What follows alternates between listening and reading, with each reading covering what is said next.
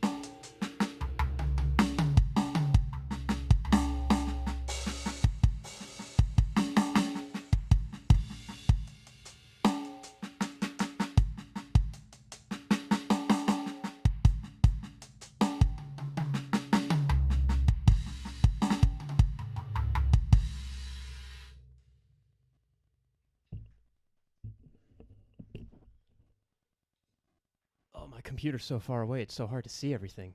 Hey everyone, what's up? Just getting left. Okay. So my voice is probably coming through your right.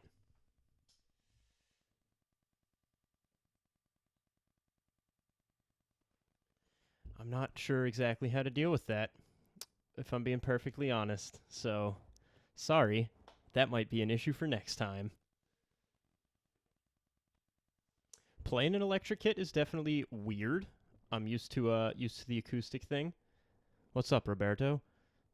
Thanks for signing up on Patreon. I just saw that. Awesome. Thank you.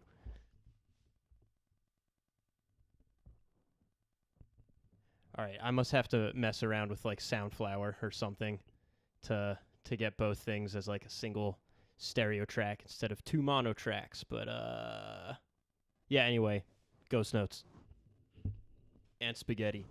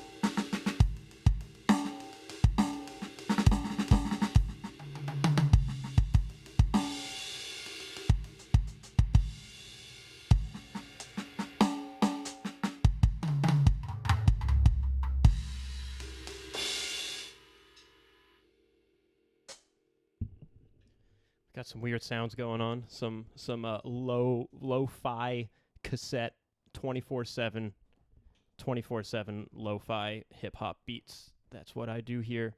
They're not hip hop.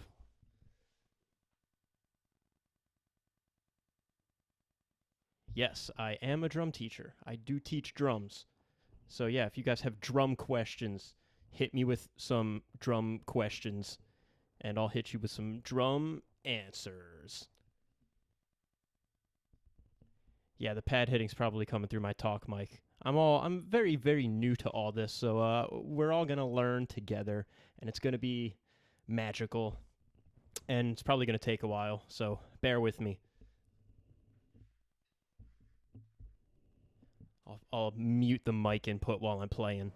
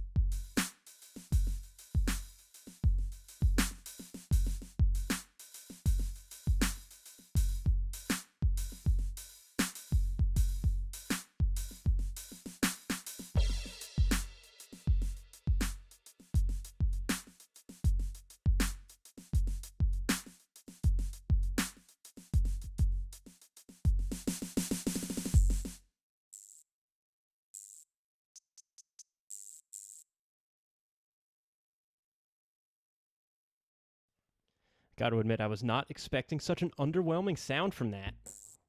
Just a little zip sound. Oh, that's a lot of chat. Whoa.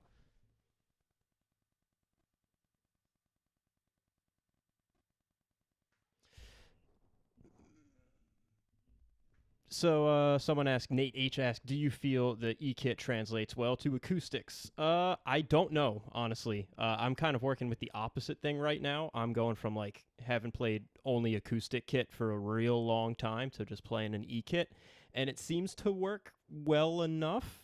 I don't know. I haven't really tried too many E-Kits, but so far so good. These are surprisingly responsive, and I just got this new hi-hat thing yesterday, so now I could use an actual moving hi-hat stand instead of just a little remote pedal. That was the weirdest thing. So this feels way more natural. But yeah, the drum pads themselves feel pretty good. Do ghost notes add more feel to a beat? They can.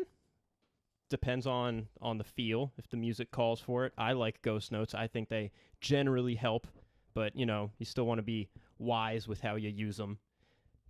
Too much of a good thing ends up being a bad thing,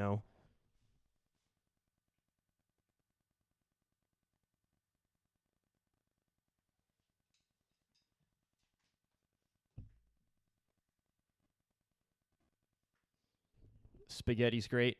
I see you, Mike. Spaghetti is in my tummy. I ate it earlier. I was going to eat some on the live stream, but I ate it earlier.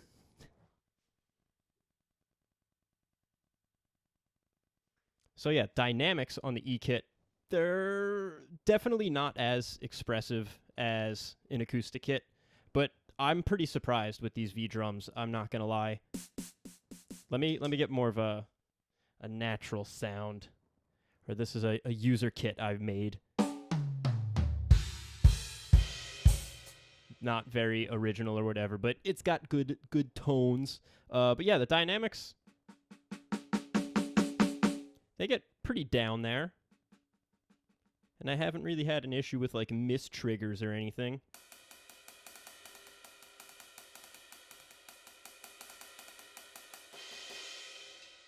But this particular kit, the ride cymbal only has 2 zones, so I don't really have a bell sound on it. I'm still kind of getting used to that. It's a little bit of a bummer, but I'll manage. Why did I get a TD-17 and not a KVX? That shit's expensive. This is expensive enough, but that was like just a little too prohibitively so. Also, I got a kitty in here with me right now. Let me get Pepper on the stream.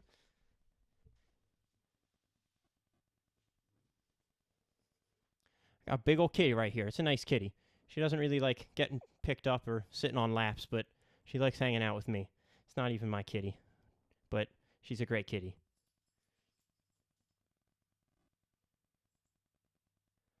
Favorite rudiment? Some kind of flam thing. Probably flam accents. She's kind of like putting her claws into my leg. It doesn't really feel good. Ouch.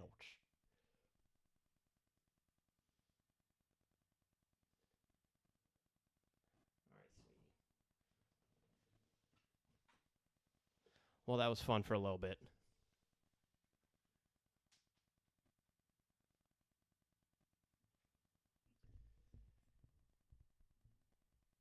Yeah, the rebound on these is pretty noticeably different. They're like little trampolines. I have not messed around with like tensioning on them or anything yet. I just got these a week ago, like last Friday, and I've spent more time figuring out how to get streaming to work. But yeah, I still have a lot to explore with these. But yeah, they're super bouncy. It's kind of weird. And all of the tensions feel like very uniform. Whereas on an acoustic kit, usually like the rack toms feel a little different from the floor tom, and they all feel a little different from the snare drum and whatnot. But yeah, it works. I cannot do a tutorial on Exogenesis. That song is hard, and I think he's got transcriptions of all that stuff too. So support him directly because he is good. So yeah, a flam accent. So if we're thinking alternating single strokes in groups of 3, like 1 and 2 and 3 and 4 and you're gonna put a grace note just before each 3-stroke grouping. So it starts with the right flam, which is a left grace stroke, right flam, left, right, and then left flam, right, left. Now, usually when I play them around the drums,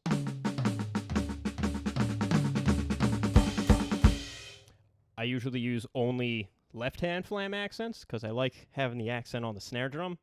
I think that sounds a lot better than the opposite. That's kind of like dulled. I go to mute the floor tom as if that makes a difference. But yeah, I usually just keep repeating the left flam accent. So left flam, right, left, left flam, right, left, left flam, right, left. And that's not a Swiss triplet. That's not a Swiss triplet. If it was a Swiss triplet, it would be left flam, left, right. So don't do that to me.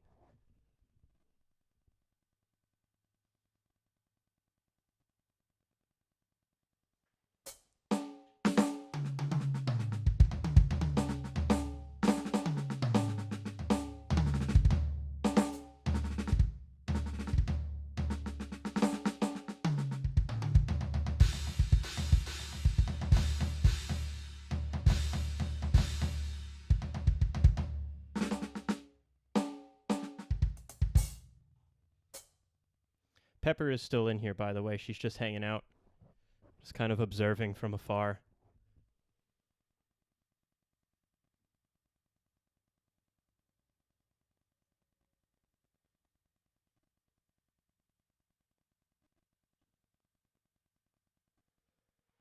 Inverted Herta Purdy Shuffle thing. Yeah.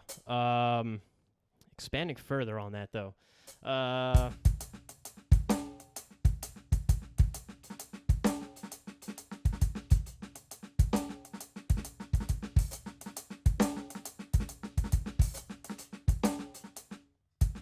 If I could even still do it. Oh, geez, I definitely can't do it and talk at the same time.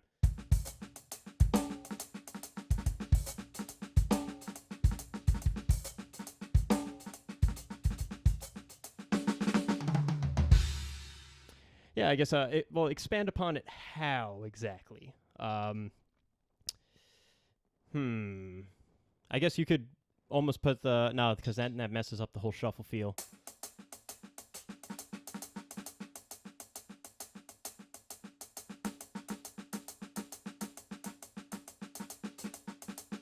Well, you could always match the second left-hand stroke of the inverted Herta with the last right-hand stroke.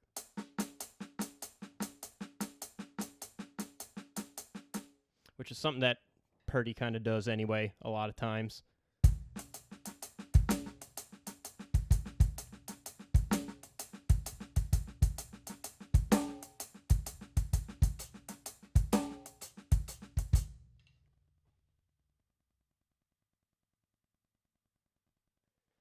Breaking down the intro from System. That's a weird tune. I'm not even sure if I understand that one correctly. I know beat 1 is not where I think it is, and it's got like this displaced downbeat thing where the phrase kind of starts on like the and a beat 1 or something. 80/20 Drummer has a good video on analyzing that, so check that out. It's one of his older videos, but it's well done, and it makes it pretty clear. I just don't remember how it works.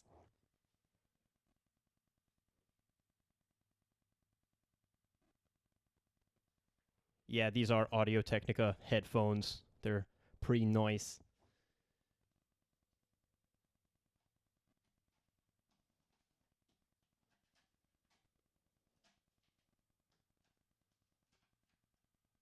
This is a Roland TD-17KV. And the next question, why is the drum community so feminine and gay nowadays? I don't know. I don't really have an answer for you. But you might just be imagining that. Hey, Josh. From me.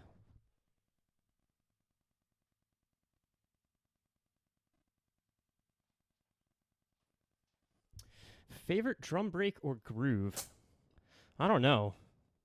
There are a lot, and it changes.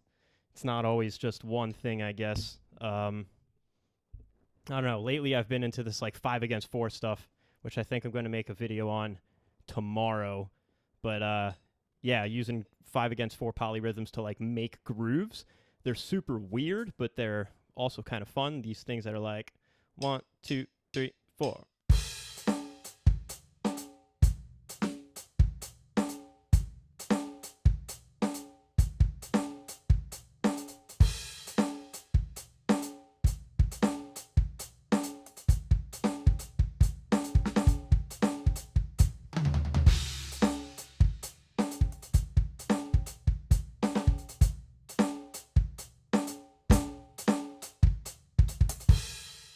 That kind of stuff. That's what I'm into lately. I don't know if there are 5 against 4 grooves in Mars Volta, or maybe that was a separate question. Mars Volta has a lot of real weird beats, real cool stuff. But let me mess around with some more weird sounds on this kit and see what happens.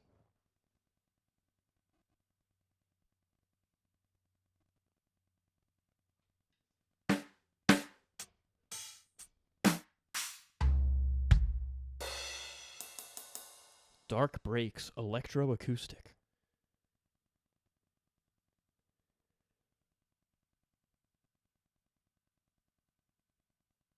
Oh yeah, I like this one. Bottle. Just has this phaser on it.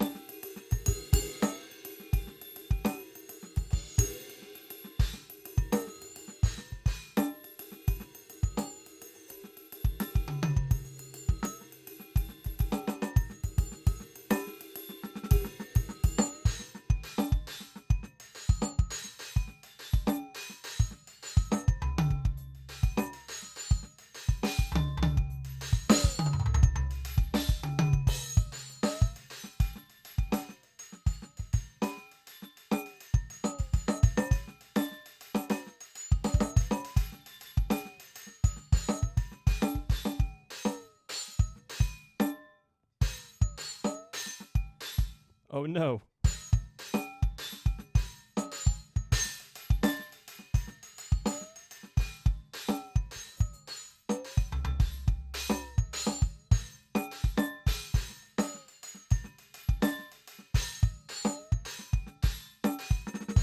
Yeah, 5 against 4, quintuplet stuff. Yeah, metric modulation.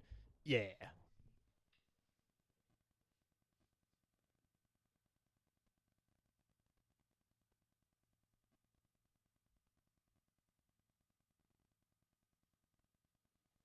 So double kick. I kind of have a double kick pedal. I loaned it to a buddy who's an absolutely slamming drummer, Vishnu Reddy. Check him out. And then stuff happened with virus outbreak and things. And I don't have it at the moment, but it's going to come back. And when it comes back, I'm going to get back into some double kick stuff. I hesitate to do that at home, though, because I do live with 4 other people. And this is probably more than enough as is. But yeah, I do have a bunch of double kick stuff that I want to get back into. It's mostly based on Herta combinations, if I'm being honest. Learn how to play Hertas with your feet, and you'll be in pretty good shape.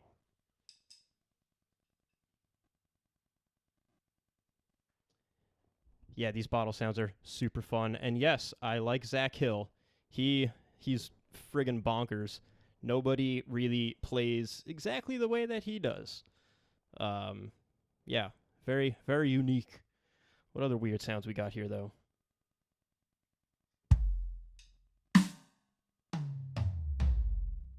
Ooh. Super boom.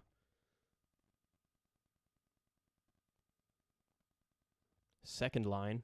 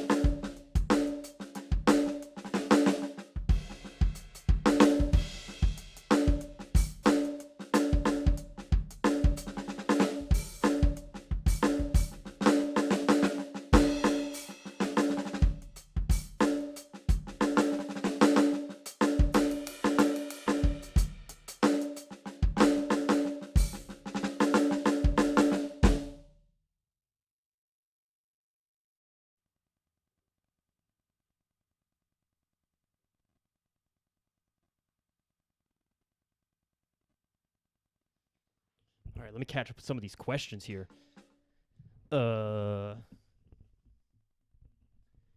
Favorite 7/8 groove. In general, I like sticking to a kind of 4+3 feel, but then you kind of take that 3-beat part and you put the backbeat in the middle of those 3. Like 1, 2, 3, 4, 1, 2, 3, 1, 2, 3, 4, 1, 2, and 3. 1, 2, 3, 4, 5, 6, 7. 1, 2, 3, 4, 5, 6, 7. It's pretty basic, but you know, I guess don't fix what's not broken. And you could still add and embellish on that a lot.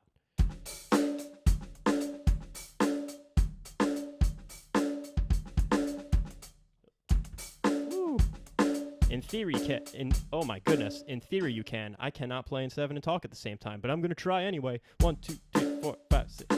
All right, so playing in 7 and talking at the same time. Oh. I think I got to keep it basic.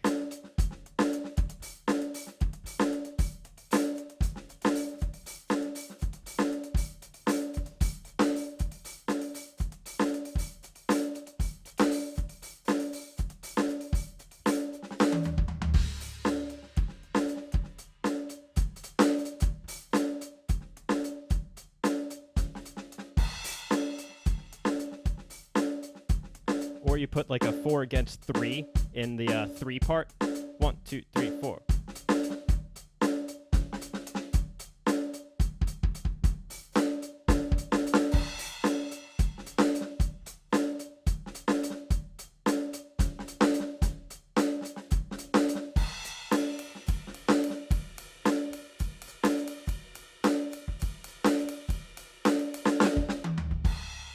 Yeah, 7. I don't know why I keep trying to mute these cymbals and mute the drums. The cymbals I can actually mute, but the drums, that doesn't work. That's force the habit.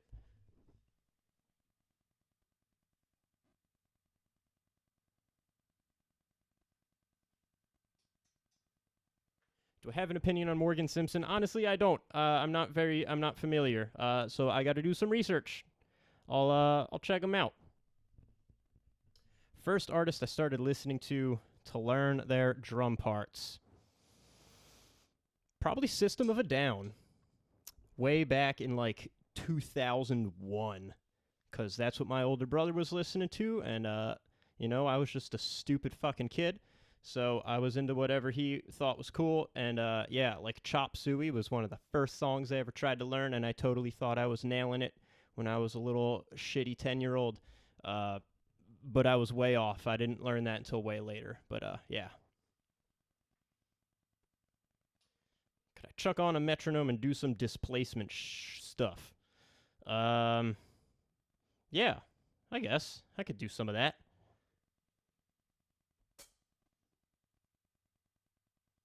I don't know what that Mysterious Mansion guy is on about, but, you do you, man, I guess.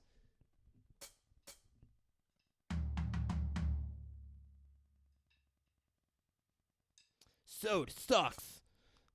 That's okay. That's just like your opinion, man. I think they're fun.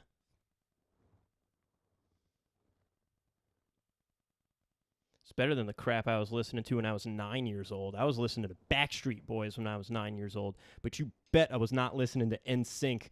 Fuck that. Backstreet Boys, Ride or Die. Raw DNB. What's this?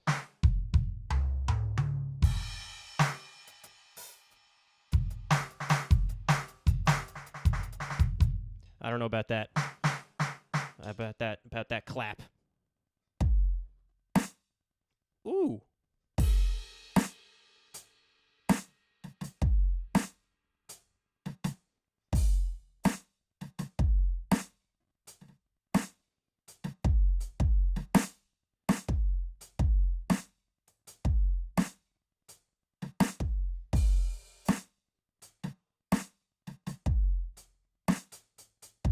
Oh yeah, metronome. Let me put a click on. What was I doing before?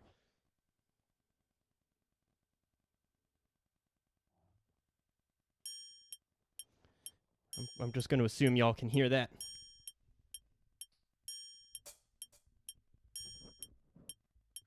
My triangle click. I like it.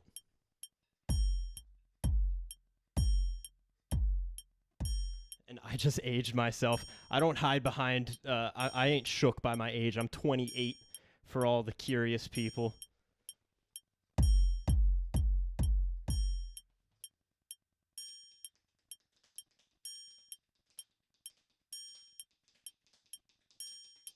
All right, I'm gonna do some displacement stuff because otherwise y'all are just listening to a click, and that's just rude. So let's see what kind of displacement stuff though. I don't even know. I'm just gonna put a click on 100, and we'll see what happens.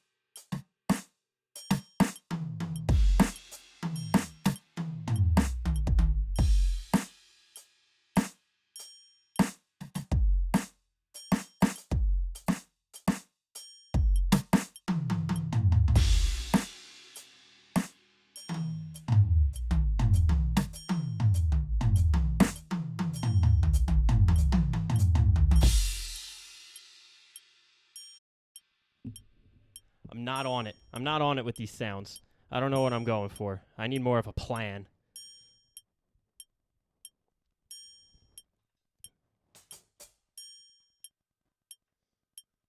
All right, I'm just going to embarrass myself if I keep playing with a click.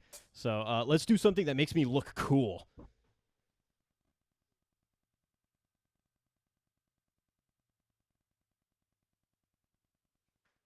Yes, I am a big Matt Garska fan. I'm sure you all can hear the influence. It's super obvious. How many gigs a week or a month do I get? Right now, fat 0. But even in good times, I really only play out with original projects. So I don't play out too much. Maybe like once a month on average. It depends on the time of the year and how active the given projects are. So not too much. It's something I want to do more of.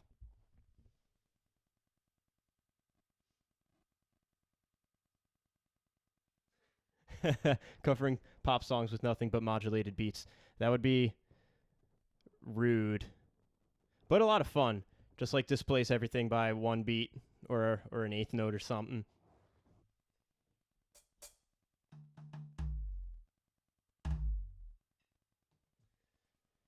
How often do I focus on getting faster? It depends. Like raw single strokes, I don't really worry too much about that. I'm way more into like the rebound stuff. Like a few weeks or a couple months ago or whatever, I posted like a practice vlog where I was doing this kick left thing.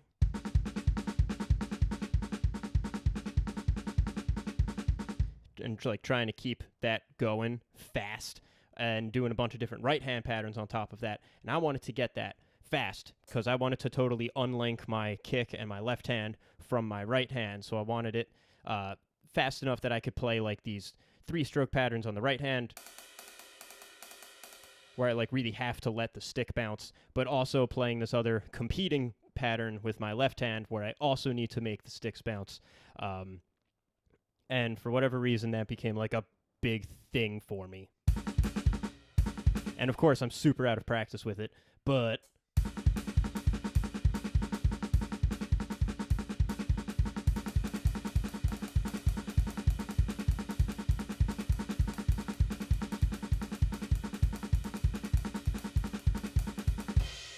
that kind of thing.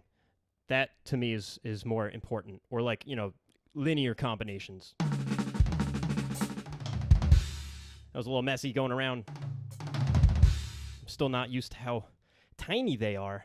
But yeah, speed is more important to me in that form instead of just like mashing singles.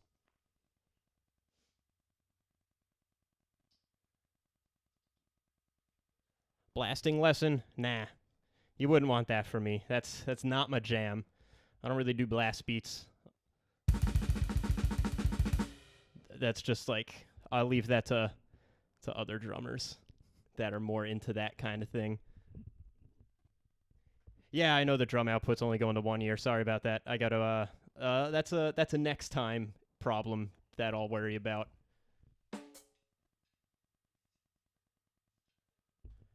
Favorite band?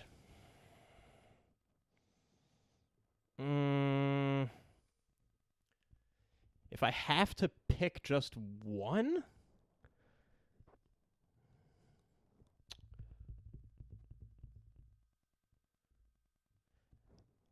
I would either say Led Zeppelin or the Mars Volta.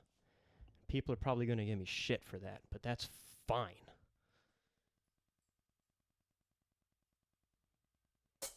Biggest takeaway from attending Berklee? Work hard and don't be an asshole. I can't stress that second part enough. Don't be an asshole. It doesn't matter how good you are at something. If you're a bigger asshole than you are good at the thing, no one's going to want to work with you.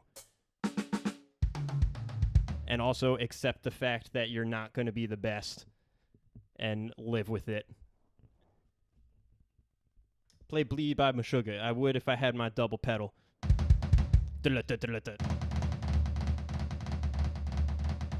You You guys know of there's this musician Ben Wallace Ellsworth. He's crazy. I think he's out in California, San Francisco kind of area. He plays bleed, but instead of using double kick, he uses staggered strokes or split strokes between his floor tom and his bass drum, and just like rips through the whole tune, and it's messed up. And then he just keeps the backbeat stuff with his left hand. I cannot do it. I don't know why I would even attempt.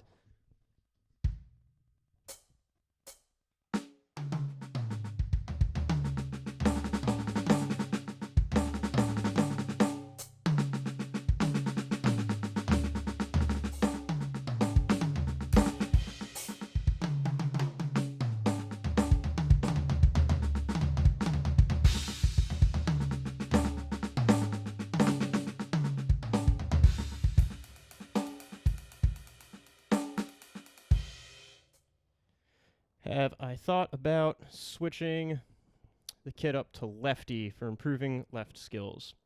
I have thought about it, and I don't know. I've come to the conclusion that I have just plenty of work to still do on a regular setup before I really try going full on ambidextrous. And like each hand, I feel almost takes on a more specialized role at the end of the day anyway. And I think I could just spend time better elsewhere, but I do think it is still good practice to like try to play open-handed, or at least a lot more left-hand lead stuff coming out of fills with your left hand, starting fills with your left hand. That is definitely really important, and I think will go a long way with opening up possibilities.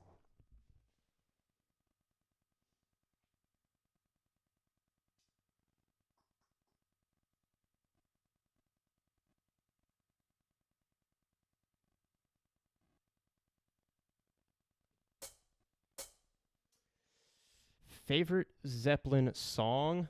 Achilles' Last Stand. That song slaps. It's so cool. Favorite Zeppelin album? I really like Led Zeppelin 1, honestly.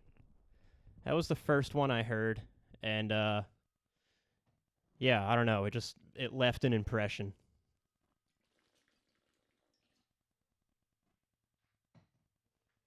Any original music online? Yes, I have. I play in 3 bands currently, and we all got stuff on there. First band, Vitamin Sun. I'll type the names out in the live chat also. But Vitamin Sun, we're on Bandcamp, and all the other things. But Bandcamp is preferred. Then there's Geph, Geph, 2 Chapman sticks and drums. It's crazy prog jazz metal, and then Clamb, CLAMB, which is the newest one, and yeah, that I think we just have like a live show we did a couple months ago, but yeah, I'll type that out right now.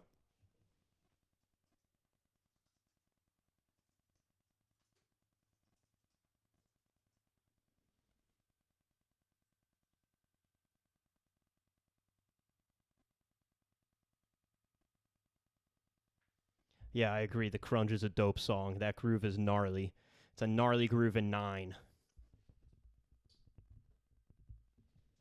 Adding hi-hat foot into grooves. So for that, I would start wicked simple. So if you take like a basic rock beat, like a 1 and 2 and 3 and 4 and 1, 2, 3, 4. Start by just closing the hi-hats or stepping on the pedal on beats 2 and 4 whenever you hit the snare drum. 1, 2, 3, 4. 1, 2, 3, 4. You probably don't want something this super basic, but I'm starting this basic for anyone else that's watching. Then you could step on each beat with the left foot.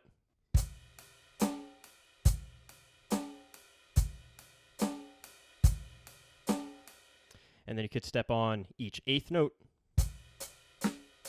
which is kind of redundant if you're also playing 8th notes with your right hand.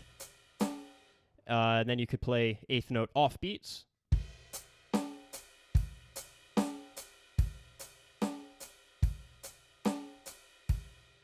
Then you could do like dotted eighth notes.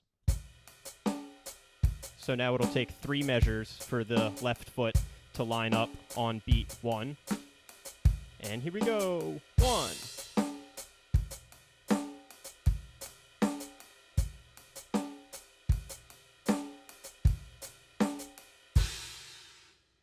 Or you could do staggered 16th notes.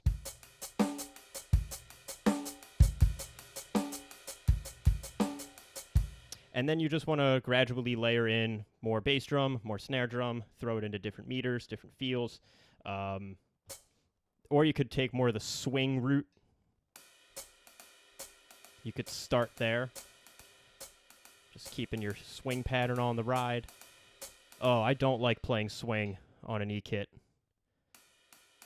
That's just disheartening, honestly.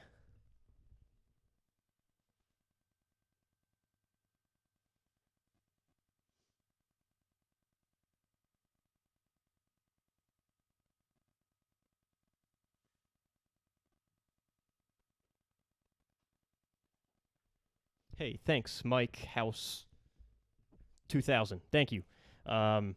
Yeah, I actually just did my first online lessons on Sunday. And yeah, it's super different, but I was pleasantly surprised at how well it went and how much I was still able to like get done with my students. It's definitely not ideal, but it works. It works well enough that I am like opening myself up to a wider audience. Because like I've never had drums and solid internet in the same place since I was like, since I was living with my parents. And I didn't have the tech back then to stream, and I was just a stupid teenager. So you wouldn't have wanted to watch me or listen to what I had to say anyway. But yeah, teaching online is pretty cool. Hit me up if you want lessons.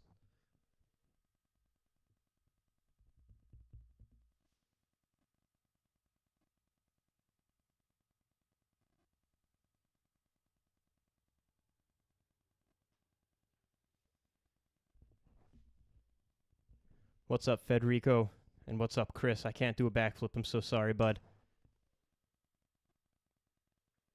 6-stroke roll alternatives. I will take that to assume you're, or I will take that to mean you mean like right, left, left, right, right, left. Awesome combination, but yeah, it's very easy to overuse it. So substitute a paradiddle diddle in for that. Right, left, right, right, left, left. That also works really well as triplets, of course, because it's a 6-stroke combination.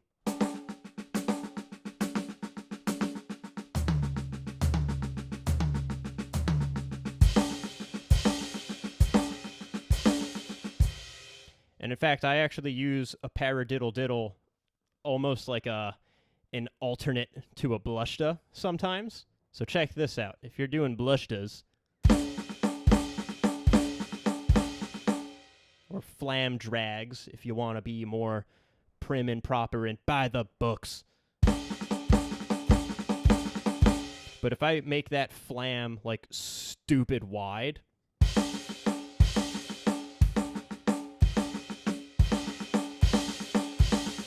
and just make them 2 separate strokes, right, left, right, right, left. And then instead of accenting that last stroke, I'll just do double strokes to fill it out to 6 strokes.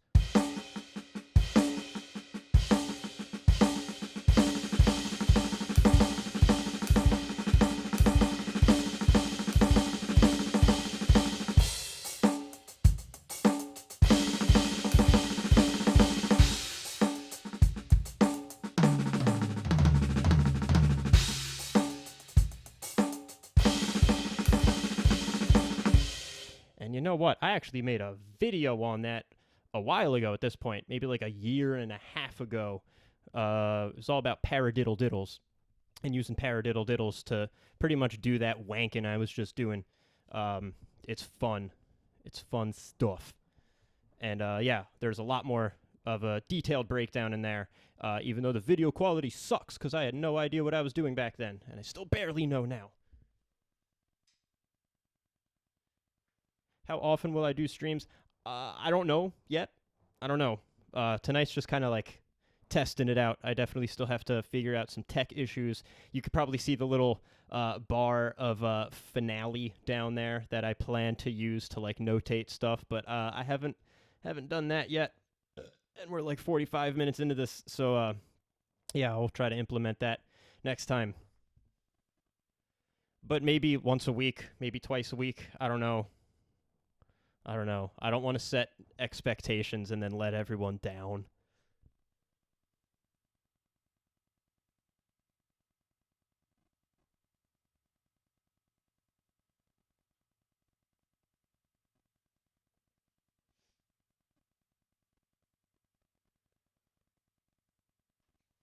Wow, there are a lot of questions. This is awesome. This is honestly a lot more activity than I was expecting. So I'm stoked. Thank you guys for all taking part of this, guys and gals, and everyone. Yeah.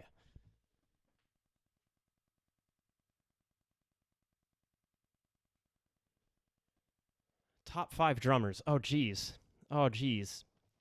Um, so, that's another list that changes. Um, but right now, based on how I'm feeling right now, top 5 drummers in no particular order. I'm just going to put 5 names that I think are just awesome. We got Tony Williams, Nate Wood. That dude blows my friggin' mind. Mark Juliana. Um, I don't think I could name any more drummers. So we're gonna go with 3.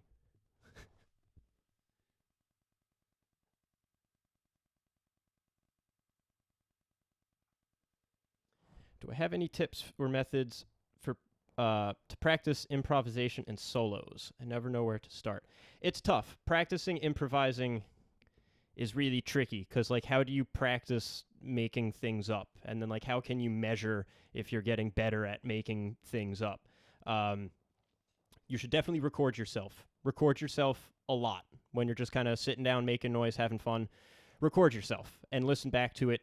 It's super humbling. It's super uncomfortable at first, but you'll start picking up on things that you tend to repeat, or like habits that you fall into, or different things that you default to. And then once you know that you kind of fall into these little traps, you can target those specifically, and then maybe figure out different ways of playing the same kind of thing. So with a lot of my students, I'll have them practice different permutations of like this linear combination, just right, left, kick, but put it into 16th notes. So 1 E and a 2 E and a 3 E and a 4 E and a 1.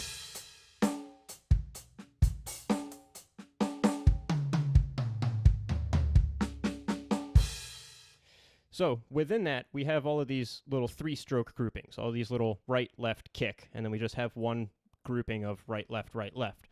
So we have 3, 3, 3, 3, 4, and that adds up to 16 16th notes. So you could start shuffling all of those little groupings around. So next you could try 3, 3, 3, 4, 3, and I'm being very conservative with the orchestration here. I'm just kind of going clockwise around the drums. So this first permutation, 1, 2, 3 E and a 4 E and a.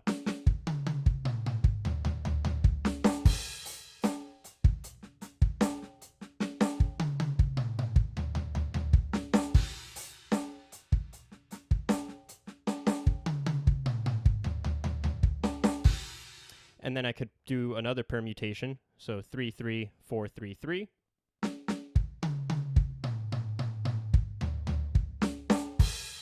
And they're all based on the same information, but if you keep doing permutations and moving that 4-stroke grouping to earlier in the pattern, you'll end up with 5 unique combinations. And with those, I would recommend trying to play all of them one into the next without stopping. So it'll be this really long continuous flow of 16th notes, but you're never repeating the same exact phrase twice. So it sounds like you're moving things around and making things up, but you're kind of going in like a predictable order. So let me see if I could do this. Like 1, 2, 3, 4.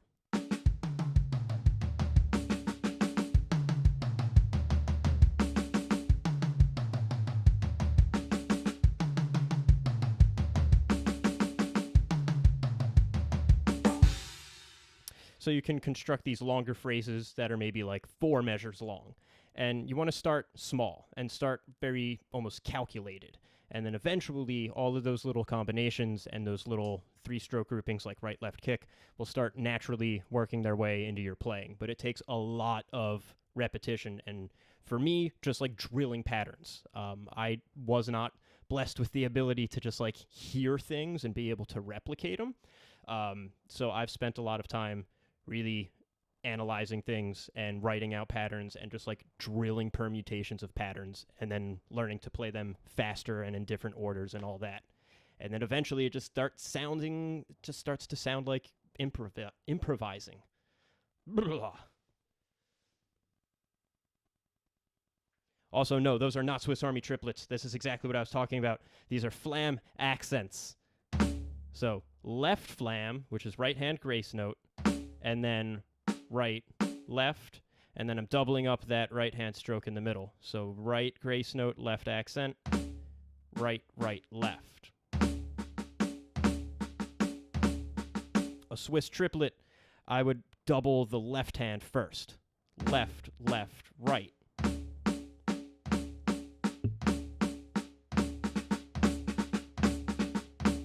Very, very subtle difference, but it is a flam accent. I'm just not alternating the sticking.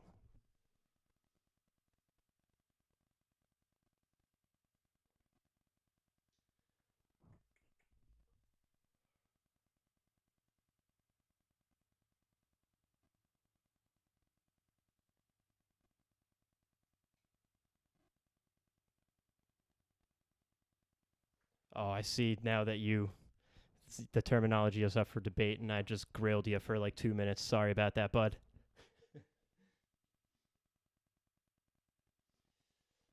But recommendations for getting an e-kit. It depends on your budget.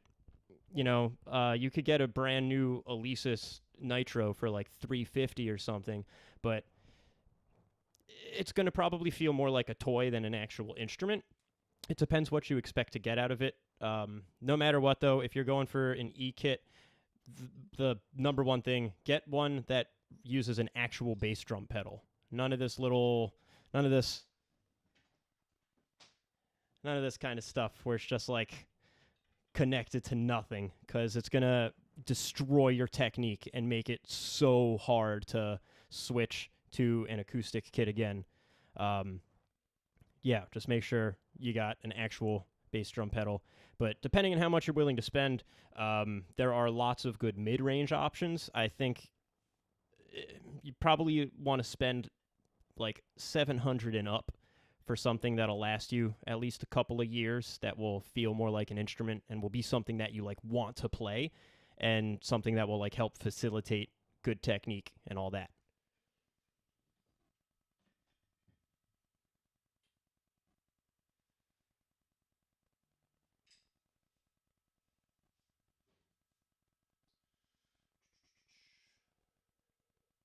Do I play a lot in an e-kit? I haven't. I've been playing for like 18 years, and this is the first time I've owned an e-kit.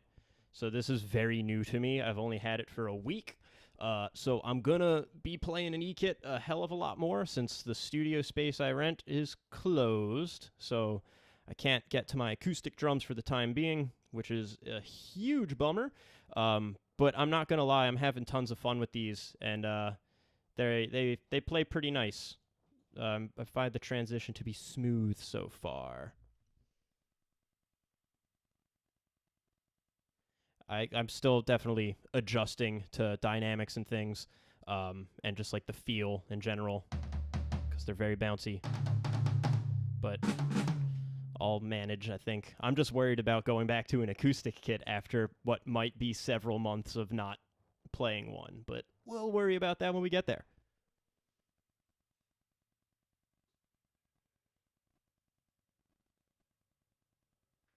Hey, Alex, I do play some video games. I have not been gaming too much lately. I've been a busy boy, but I like to play games that are like engineering based, I guess, and Minecraft. Minecraft is fucking awesome. I love Minecraft. But like Roller Coaster Tycoon, or like Factorio, or Kerbal Space Program, Those games are my favorite. But then, like, my brother and I will jam like Borderlands 3, and that's fun also. Tyrone Shoelaces, Vitamin Sun Rules, my guy. Thanks, Ty. Good to see ya. Hope you're well.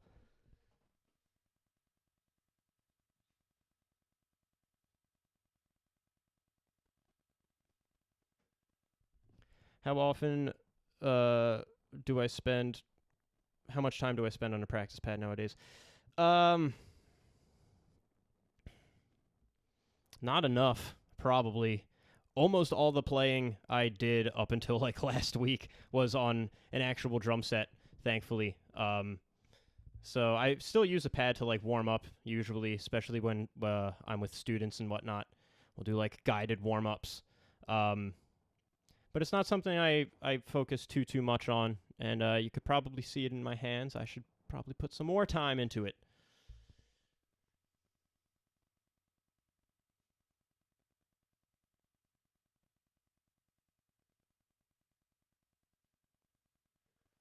Top 5 pasta shapes for my boy Chris. Chris plays bass in Vitamin Sun. He's crashing this right now. He also makes tons of music on his own and is a diesel musician. Check him out. But top 5 pasta shapes for my boy Chris. Number 1, we got spaghetti. Number 2, we got thin spaghetti. Number 3, we got elbow macaroni. Number 4 is hard. I always get, it's definitely between fusilli and maybe penne. And then 5, we're going to go with lasagna noodles. They're wide. Advice on coming up with interesting phrasing? Yes. Take anything you know how to do and put it back by 1/16th note. And then learn it from there. And then that just makes even really basic things sound wrong. So I like this little displacement example. So if I play eighth notes, I'll do kind of doubles between my snare drum and my kick. Like...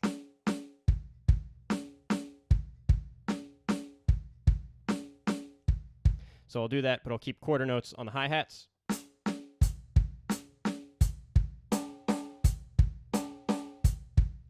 Now I'm going to offset the snare and the kick back by a 16th note. So I'll start with them on the beat, and then I'll nudge them back, and let's see what happens.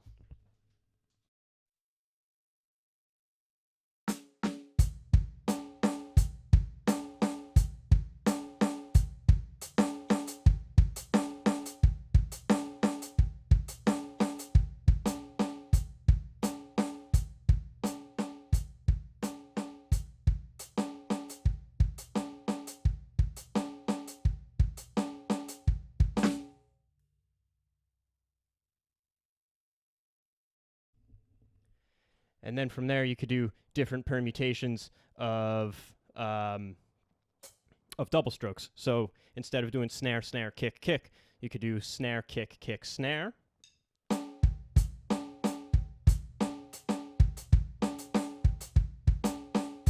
As I revert back to snare, snare, kick, kick.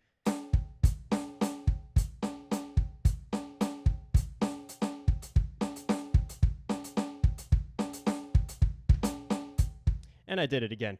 I think you get the idea. And then you could do the same thing with like paradiddles.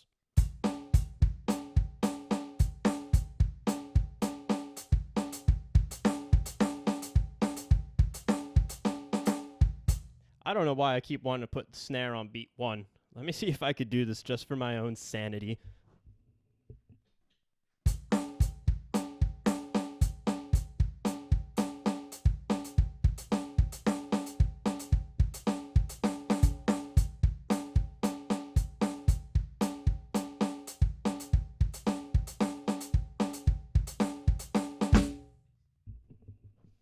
There we go. That kind of thing. But you could do that with like any kind of phrase. Displacement, permutations, all that stuff. It's great. And it's an easy way, especially if you could write these combinations out, it's an easy way to generate lots of different things to practice. And not everything is going to like sound that great or feel that great, but you'll be better for having worked through it anyway. Yeah, Matt Zappa, roller coaster tycoon. You know what's up. Matt Zappa is also an extremely badass drummer and an awesome teacher, and everyone should check him out. Matt Zappa is the man. Did I take lessons with Dave DiCenzo? Unfortunately, I did not. I did not get the chance. While I was at Berklee, he was mostly on tour with Josh Groban, so I missed it. But I studied mostly with Casey Sherrill, who is a disciple of Gary Chaffee, and Casey is awesome. And Gary Chaffee is awesome. Do I have regimented warm-up exercises? Not really. I'll usually start with like pretty basic stuff, just like single strokes, double strokes, and paradiddles, but I'll really try to just like use big motions to get looser. And then I'll usually run through some weird flam combinations just to force my brain to work a little bit harder.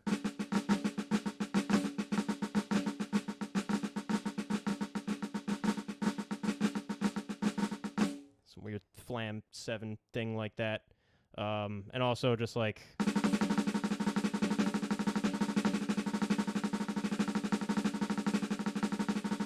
but so that was cycling through single strokes, double strokes, and paradiddles, back to double strokes, back to single strokes. But you want to try to keep all the strokes sounding as even as possible, which the E-kit makes me sound better than I actually am with that.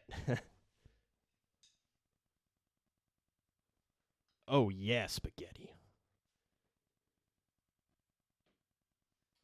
Sorry, but with the rigatoni, I mean, I only have so much love in my heart. I mean, I love all pasta, but like I do have favorites. We're allowed to like different things.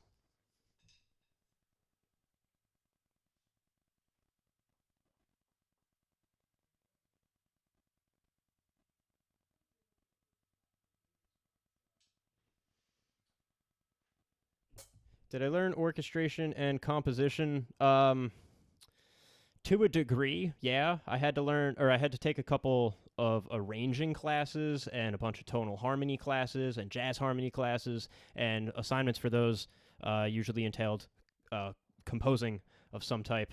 Um, Composing is not my strong suit. I really feel like I've given it many efforts over the years, and when I'm left to my own devices, it's just very frustrating. And I know it's something I could probably practice and overcome, but I like collaborating more and kind of composing around other people's ideas or having other people compose around my ideas. Um, I find I'm most comfortable and confident in that kind of setting. Gonna break down that flam warm up. Yeah, you know what? I'm gonna use the little finale strip. So enjoy looking at my face real up close for a couple minutes while I notate this flam thing.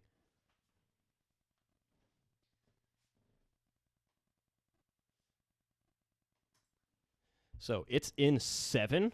Be ready for that. I'm gonna write it as one measure of 7/8, and then I'll do the sticking underneath it, and hopefully y'all can see everything. Don't let me down, OBS.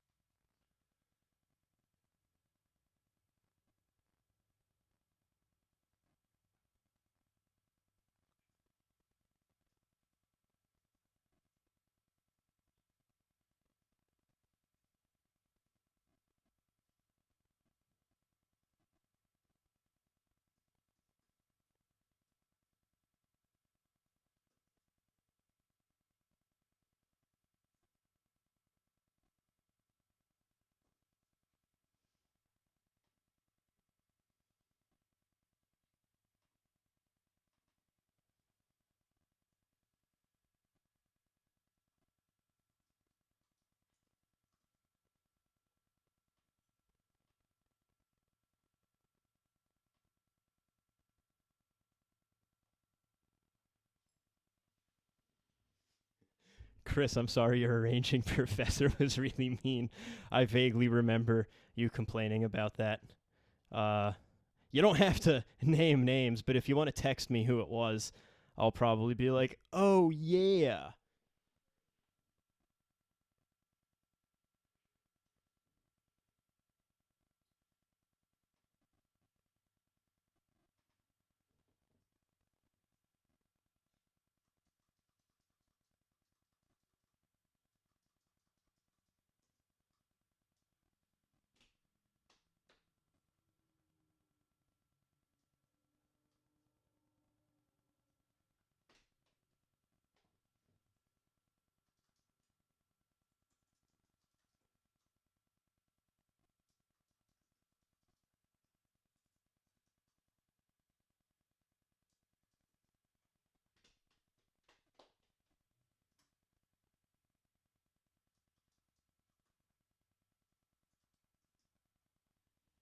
All right.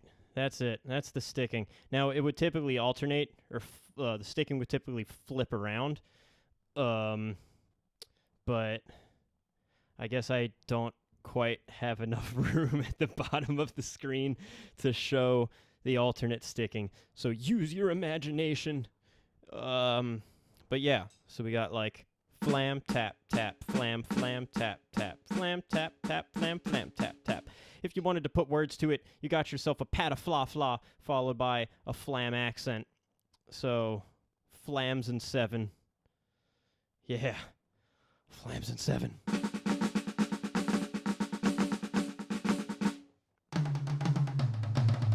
Woo, that's hard. Yeah. I want to play more grooves, though. I feel like I'm talking too much.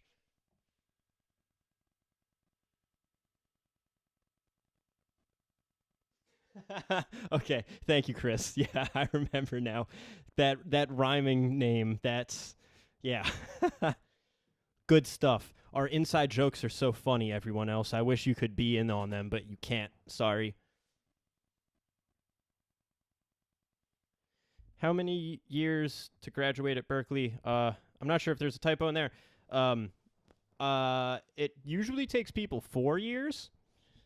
I transferred in from a different school, so it only took me about 3 because I had like a year's worth of credits from somewhere else. And I graduated the end of 2014. Yeah, that sounds right.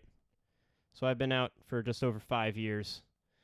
Wow, holy shit. Where's the time go? I'm getting old. My body is failing me.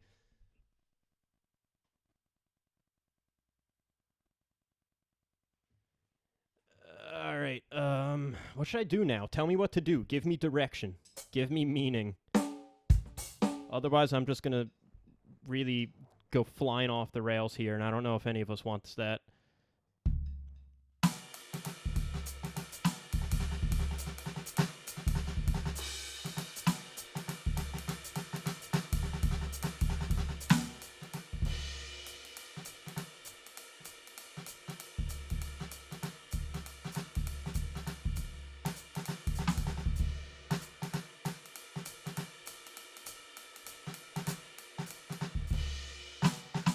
Yeah, swing on this thing. Playing on rubber cymbal pads. I just can't. Super filter. I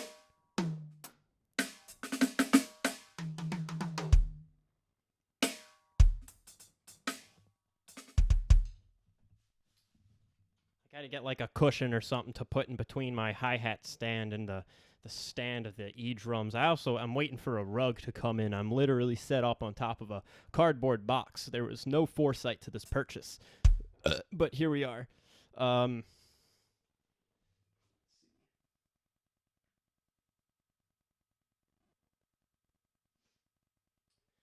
Chris has a question here. Hey, I've listened to myself on a track and I feel like the beat gets wonky and sloppy. Would working with a metronome help? And if so, what should I be doing? Yes, working with a metronome can be very helpful, but don't have a metronome just play only one. 2, 3, 4, 1, 2, 3, 4. To really get the most out of a metronome, you should practice where it's playing only on beats 2 and 4 or only on beats 1 and 3. So it'll really force you to develop more of like an internal clock. And yeah, I find improving time is also, it also really relates to how you move, because I still have a bad tendency of rushing and getting ahead of the beat. But I found that taking more time with each motion and almost like exaggerating the amount of space I need to play keeps things a little bit more relaxed and settled instead of like pushing on the front end of the beat all the time.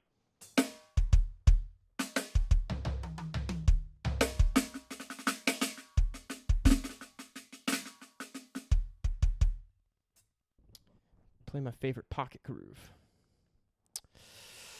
I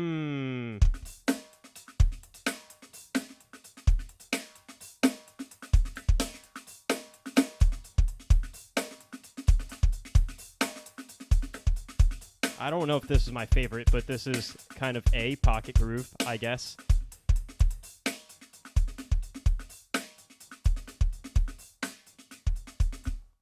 This thing keeps moving on me. Let me put more spikes into this cardboard.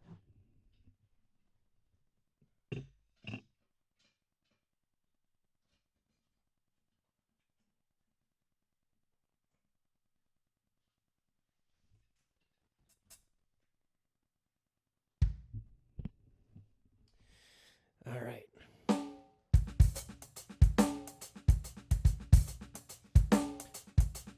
Actually, favorite pocket groove is probably like a Purdy shuffle in 6.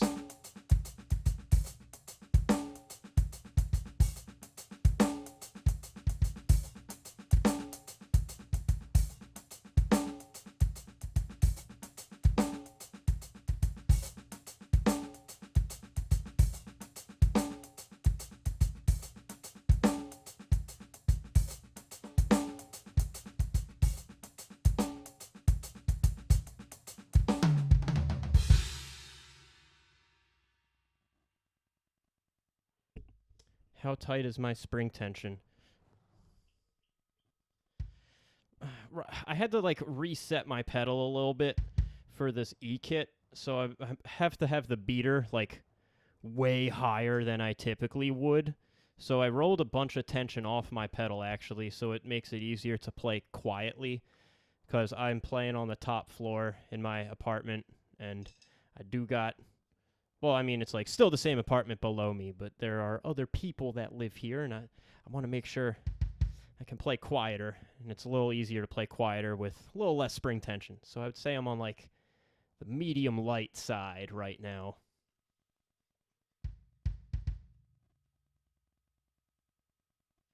Yes, I have messed around with 15 a whole bunch over the years. There are so many different ways of breaking it down. You could do like 7 and 8, or 8 and 7, or 5, 5, 5, or 3, 3, 3, 3, 3, or you can mix all of those together. 15 is fantastic. I did a lesson video a couple months ago about like 15 and like metric modulation with 15 to make it not feel like it's 15. Yeah.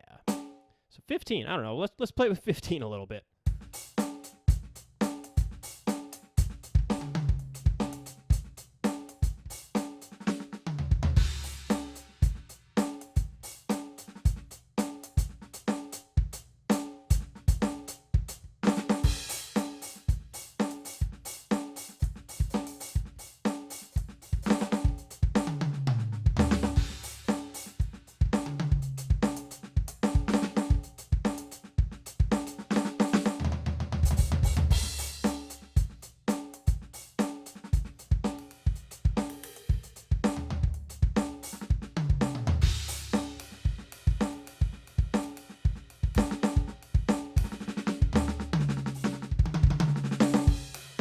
I don't know about that last one.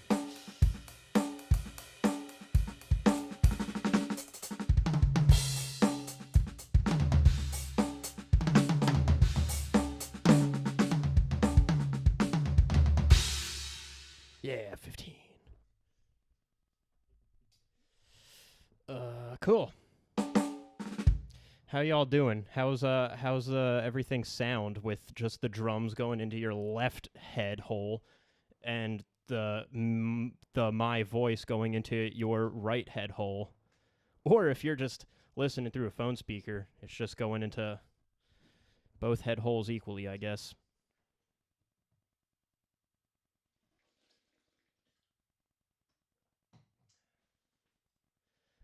What makes a groove groove? Shit, man, that's a heavy question. I don't know. That's terrible. That's terrible. I don't know what makes a groove groove. Context? I don't know. You know, it's more than just the notes. It's like all the dynamics and all the things surrounding all of the motions.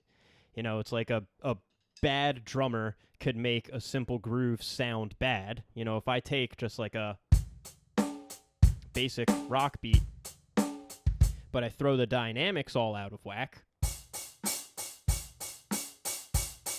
like that's bad. It's not that good, even though I'm doing all the same motions. But if you got the inflections and everything a little bit more balanced,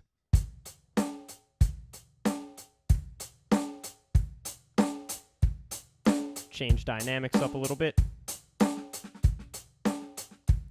Maybe balance is what makes a groove groove. Because there are things that are like arrhythmic that groove hard as hell.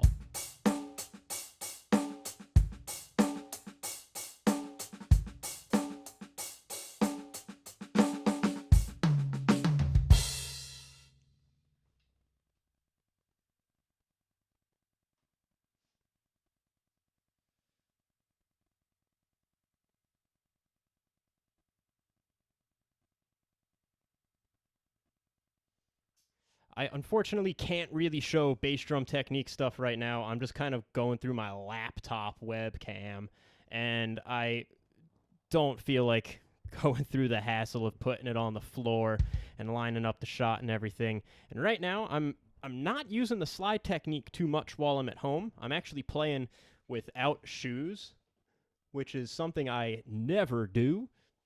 So I'm relying a lot more on like the Twitch stuff right now to keep the volume nice and low. But yeah, it's like depending on the speed that you're using the technique, it's a little subjective. The more comfortable you get with the technique, the wider range of speeds you'll be able to use it. Abel, thank you so much. I'm happy to inspire. Thanks for watching. That's really cool. How do I come up with new grooves and patterns? Usually a lot of trial and error. A lot of trial and a lot of error, and just kind of messing around and then like finding things I like and then playing through a bunch of things I don't like and then ideally never playing them ever again. But yeah, a lot of times I'll have people like my bandmates, for example, they'll come in with like ideas or like fragments of songs, and then that'll kind of give me a jumping off point because it's like, all right, now I have something that I need to work around. And that will kind of like inform decisions, so to speak.